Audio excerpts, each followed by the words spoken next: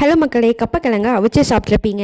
ஏன் அவிச்சதை பொரியல் பண்ணி சாப்பிட்ருப்பீங்க, இல்லைன்னா அவிக்காமல் அப்படியே கூட சிலர் சாப்பிடுவாங்க.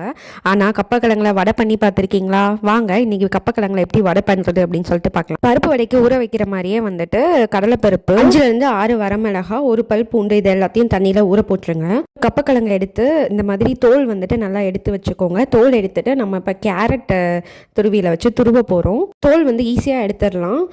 ஸோ தோல் எடுத்துகிட்டு இந்த மாதிரி கேரட் துருவி வச்சிருங்க.